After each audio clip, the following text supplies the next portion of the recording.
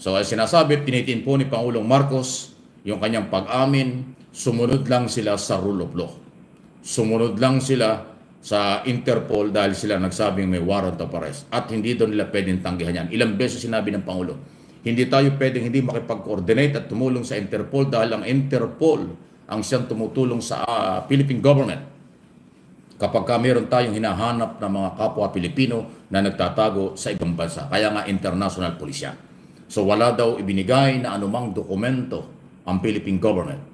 In other words, sa investigasyon mula noong 2017 kung saan ipinalpa yung kasong ito under Duterte administration until now, wala daw pong ibinigay na kahit anong dokumento ang Pilipinas. So sariling kayod ito ng ICC at ng mga complainant, kaya nakapagdala ng mga dokumento at ebidensya at testigo before ICC at naging basihan ng warrant of arrest. At ipinatupad ng Interpol, kaya naman ginawa ng Philippine government. Yun lang. Okay? So kung sinasabing tungkol sa harassment, wala daw harassment. Kung politika, normal lang yan na may mamumulitika pero malayo pa nga naman ang eleksyon. Okay? At sinasabi niya na itong ginawang ito ay pagsunod lang. Okay? Pagrespeto sa mga proseso, dumaan sa proseso. Hindi naman kasi pwedeng dito ikulong si Duterte kasi wala naman dito ang kanyang kaso. Yung ibang kaso niya, wala na pang warrant of arrest, nasa DOJ pa lang. Ang naunang naglabas ng warrant of arrest, actually mabagal pa nga ito. Kasi 2017 pa, imagine. 8 taon. After 8 years, saka lumabas ang warrant of arrest. Yun lang po talaga ang dahilan. Interpol. Interpol, ICC, kailangan nating sumunod. Yun lang po talaga ang pinakadahilan kung bakit po itong si Digong ay nabubulok na ngayon doon sa ICC. At alam nyo po ba na ang bagay na ito ay may iwasan? Sa totoo lang, may iwasan to. Kung hindi man may iwasan, madidelay. Kayang i-delay ng ilan pang taon. Kaya lang kasi may ginawa si Digong na bagay kung bakit siya nahuli. Kung bakit siya na tingin ko ay napagtuunan ng pansin ng ICC. Panoorin po ninyo itong kalye survey na ito. Sang-ayon po kayo sa pag-aresto nila kay PRRD o hindi, sir? Bilang Pilipino, sir, sa opinion niyo po?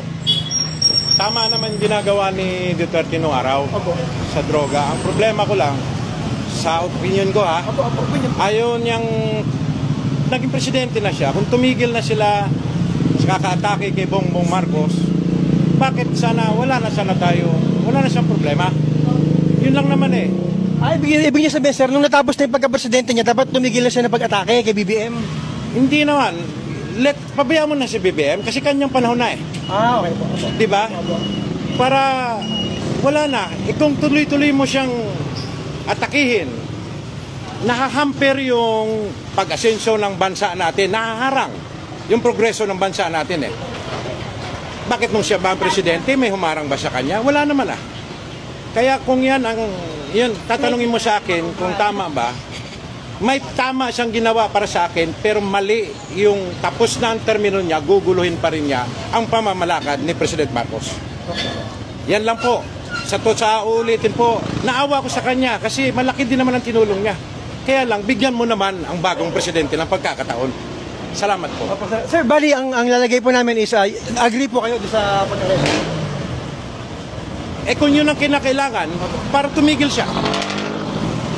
Para sa akin naman, may basehan naman at tama naman ang pag-aresto. Salamat doon sa nagkalye survey na yon. Jason Elizar TV yung nakalagay eh. Salamat po kasi alam nyo, napakaganda po ng paliwanag doon nung si tatay na nakausap. Kung si Digong nanahimik na lang, let's say pagkatapos ng kanyang termino, nanahimik siya, hindi siya nagkukuda ng kung ano-ano, hindi siya umattend sa hearing sa Quadcom, hindi siya umattend ng hearing sa Senado, hindi sana siya nakakulong ngayon. Kasi, ang naging problema, yung sobrang pabida-bida ni Digong. Pagmamagaling, akala mo kung sino, pagmamayabang, panglalait, pangmamaliit, at pangalipusta sa ating Pangulong Bongbong Marcos. Yan po ang nakapagpasama sa kanya. Kaya po siya ay nahuli ngayon at nabubulok na sa kulungan doon sa ICC. Kung yung sinasabi nitong si Tatay, yung na Kalye Survey, na kung meron nga talaga bang naitulong si Digong, bawat presidente naman meron namang sigurong nagagawa talaga, di ba? Pero kung ikay hindi ka na presidente, manahimik ka. Manahimik ka sa bahay mo, magbantay ka ng apo mo. Mag-focus ka sa iyong pamilya dahil sa loob ng 6 na taon na ikay naging presidente, tsak na hindi naging buo ang atensyon mo sa iyong pamilya. So, diba, sana nag-focus na lang si Digong sa kanyang pamilya. Kaya lang, ang ginawa, puro pamumulitika. Puro, alam niyo yung, sa sobrang takot ni Digong, na kanyang mga kabulastugan noong siya ang presidente ay lumabas, ang ginawa ni Digong, nag-ingay na nag-ingay. Nag-umpisa to sa hakbang ng Mautog, kung saan tinawag niya na bangag ang ating presidente, adik daw ang ating Pangulo. At ang nagbunsod dito sa hakbang ng Mautog na to, kaya nabuo ang hakbang ng Mautog dahil hindi na po nabigyan ng confidential at intelligence funds ang Office of the Vice President. So, nung hindi nabigyan ng ang Office of the Vice President ng gusto nilang pondo, ayun na. 'Di ba? Hakbang ng Mautog kabi-kabila. Kung saan-saan sila nakarating na parte ng bansa para maghakbang ng Mautog, para sirain ang ating Pangulong Bongbong Marcos. Para ipagmagaling ang kanilang mga ginawa noong sila ang namumuno. Sa halip na hindi justify ni Digong ang ginawa nilang tukhang, ang ginawa nilang EJK, pinagmayabang pa nila na epektibo daw ang kanilang ginawang laban kontra sa illegal na pulburon. Hanggang umabot pa sa Quadcom, umabot pa sa Senado, na kung saan ay nagkaroon po siya ng mga extrajudicial confession. Dito po sa interrogation nitong si Congressman Jinky Luistro. At sa interrogation po nitong si Senadora Risa Hontiveros.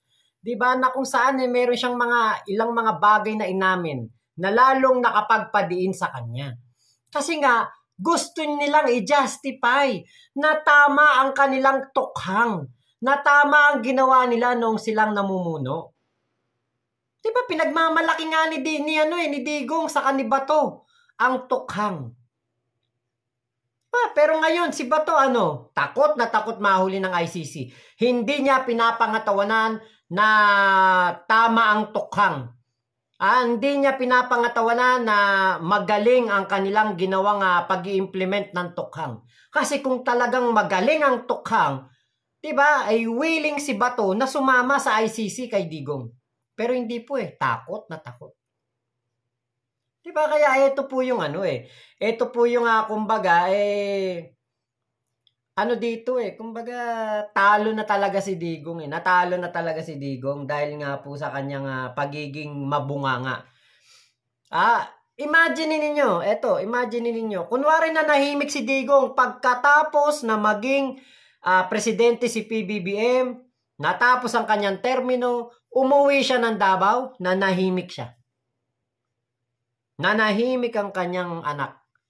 Hindi sila kumuda patungkol sa confidential at intelligence funds.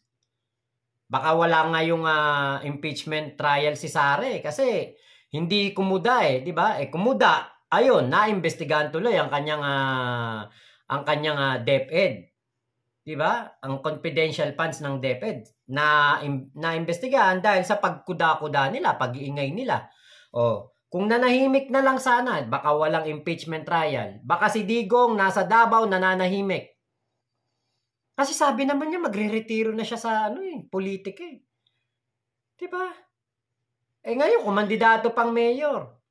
Imagine niyo kung tahimik si Digong. Kung tahimik na tahimik. Wala talagang kahit anuman lang naalingas-ngas. Katulad ng ginawa ni Erap, nanahimik, katulad ng ginawa ni Pinoy, nanahimik, katulad ng ginawa ni Gloria. Diba? Kung nanahimik lang sana si Digong, baka ngayon nandun siya sa Davao. Pero hindi dun sa bahay niya na binabantayan ng mga Davaoeños, doon sa isa. Yung sa malaki nilang bahay, sa maganda nilang bahay. Diba, kung nanahimik lang sana si Digong, wala silang problema ngayon. Tahimik ang buhay nila. Baka siya ay pinapatawag ng Pangulo kada may gathering sa Malacanang. Ang anak niya ay sigurado na ang pagiging presidente sa 2028 kasi tsak na iboboto ng mga loyalista yan kung hindi nang gulo si Sara sa mga loyalista.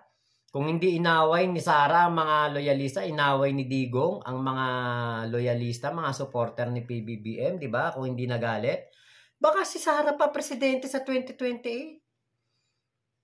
Diba? Baka na-delay pa ang pagpasok ng mga ICC at pag-imbestiga.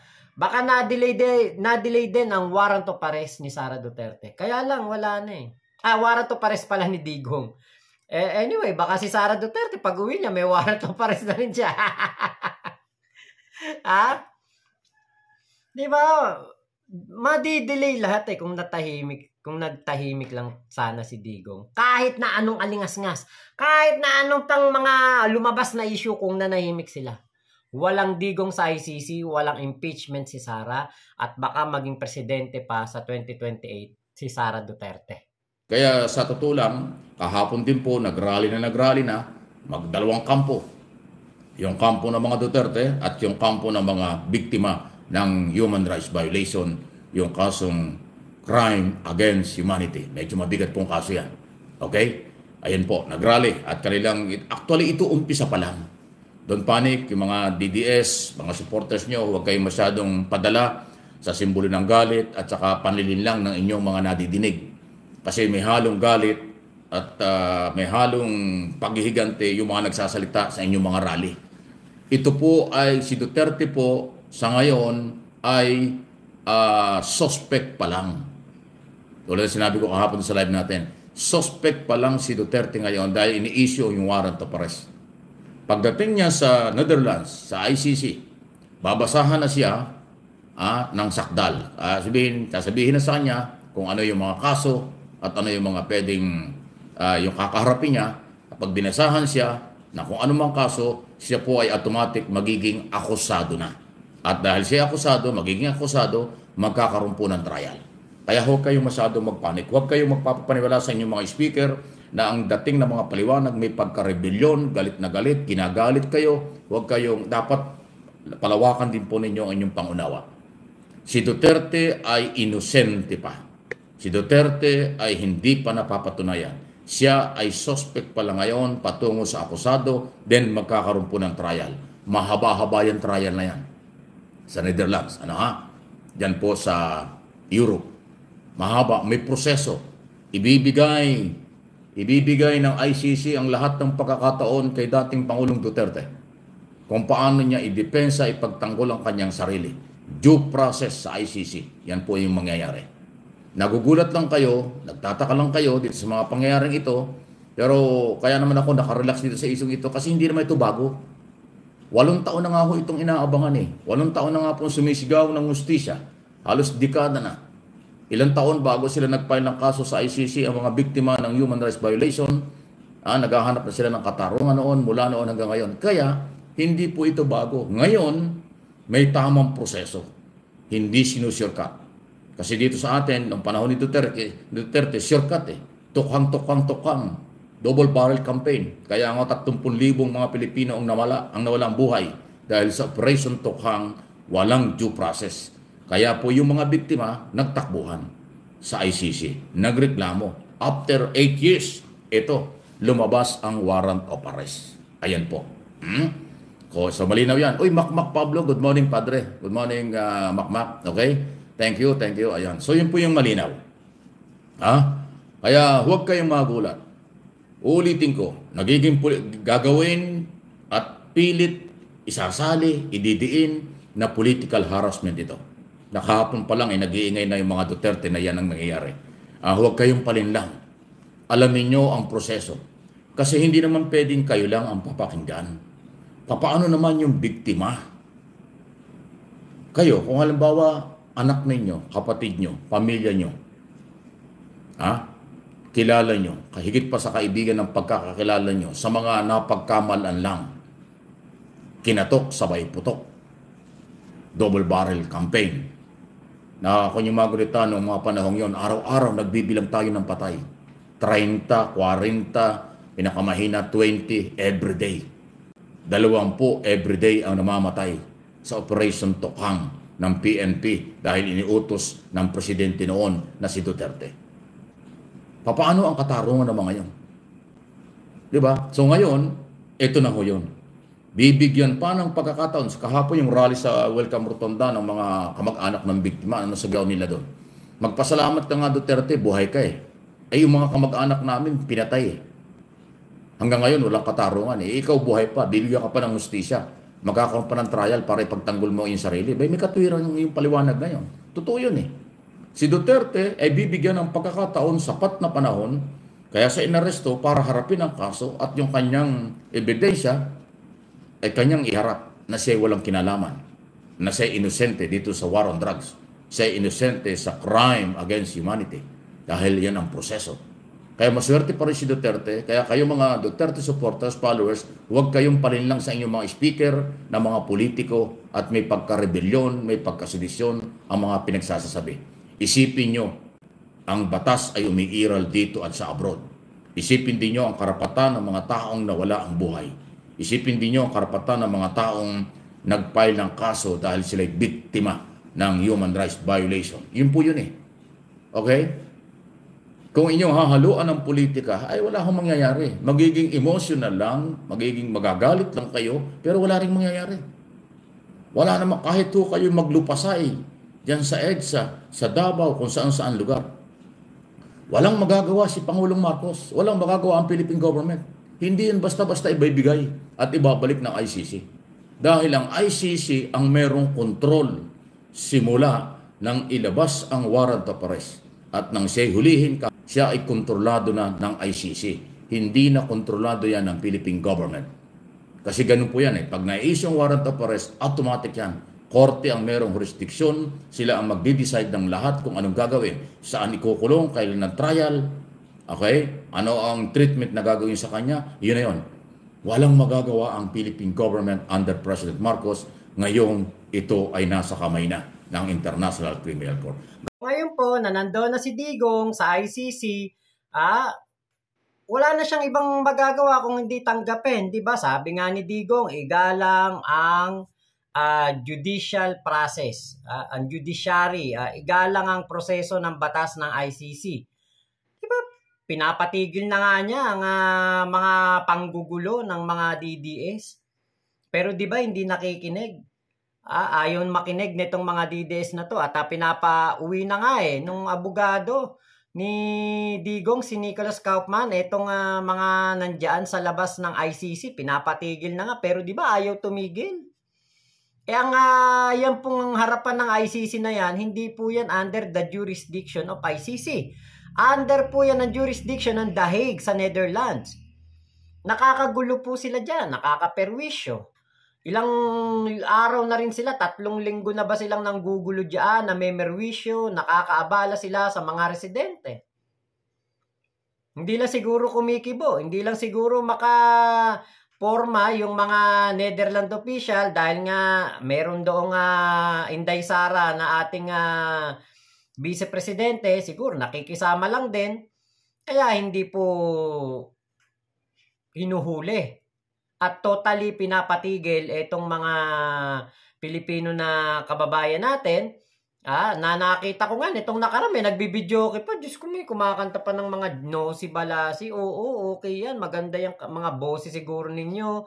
Maipalaganap ninyo ang musikang Pilipino. Pero yung ginagamit nyo ito para manggulo, di ba? Hindi picnic yan eh. Hindi picnic yan. Panggugulo yan. Sana nga lang talaga itigil na yan ng ating mga kababayan dahil nakakahiya po. So, Sana makinig sila, di ba? Kasi ala na, talaga namang malaking-malaking kasiraan sa ating mga kababayan, sa ating mga Pilipino. Etong nangyari kay Digong, biruin mo, Pilipino. Di ba? May kaso sa International Criminal Court, crime for humanity. At naihalin tulad pa ito kay Hitler. Di ba? Nakakahiya, nakakadismaya. Sabi nga nung si tatay na Kalye Survey.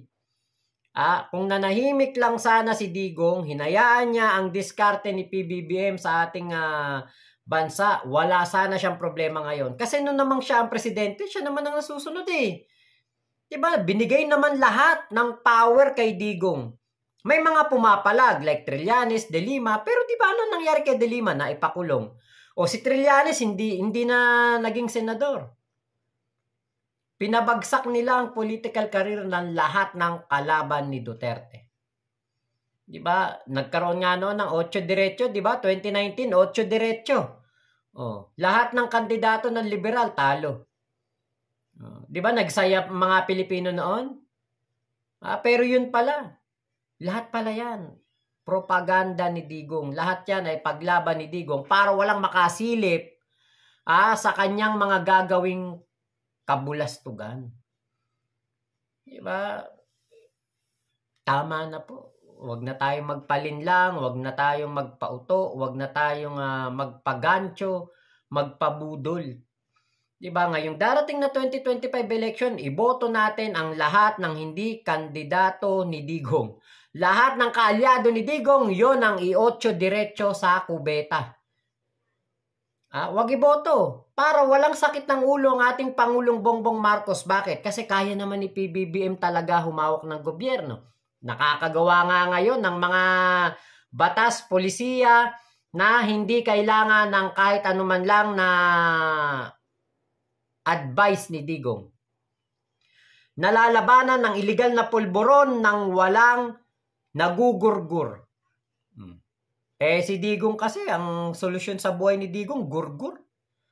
Diba? Kayang-kaya ni PBBM mamahala Diba? Kaya, wag na nating bigyan ng sakit ng ulo sa 2025 election, diba? Yung mga kandidato ni Digong, wag iboto. Ipanalo natin yung mga makakatulong kay PBBM. Kahit kapatid ni PBBM, wag iboto. Sakit ng ulo, perwisyo. Diba? Magiging matiwasay ang natitira pang 3 taon ng ating Pangulo. At baka malaki pa ang lalong iunlad ng ating bansa dahil po mga makakatulong sa kanya ang mananalong mga senador. At baka itong si Sara Duterte ay mapatalsik na, ma-impeach na talaga, di lalong masayahay ang buhay ng mga Pilipino. Wala nang makakahamper, sabi nga ni tatay, nahahamper ang pag-unlad ng bansa dahil kay Digong. Wala na si Digong, wala na mga senatorial balls ni Digong, at wala na si BP Sara. Naku, ano pa ang makakapagpigil sa pag-unlad ng ating bayan, di ba? Wala na. Lahat ng perwisyo mawawala. So, hayahay ang buhay ng mga Pilipino. So, yun lamang po. Maraming salamat sa pagsama nyo dito sa aking vlog na ito. Ingat po kayo. Nasa mang panig kayo ng mundo. Momo, chup chup, love you. God bless us all, Pilipinas. God first. Oy, shoutout kay Kuya Ricky Kayaban, Kuya Sole, shoutout sa'yo. Shoutout din po kay Boss Ryan, Mami Maming, at Daddy Emil ng Santa Maria. Bye-bye po!